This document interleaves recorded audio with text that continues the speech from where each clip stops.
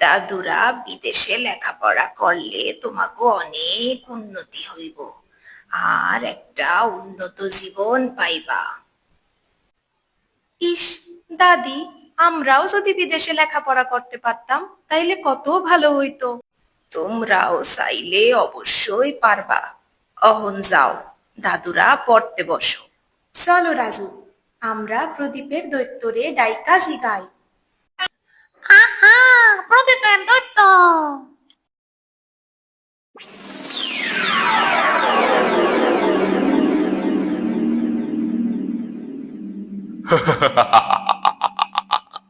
আমি প্রদীপের দৈত্য।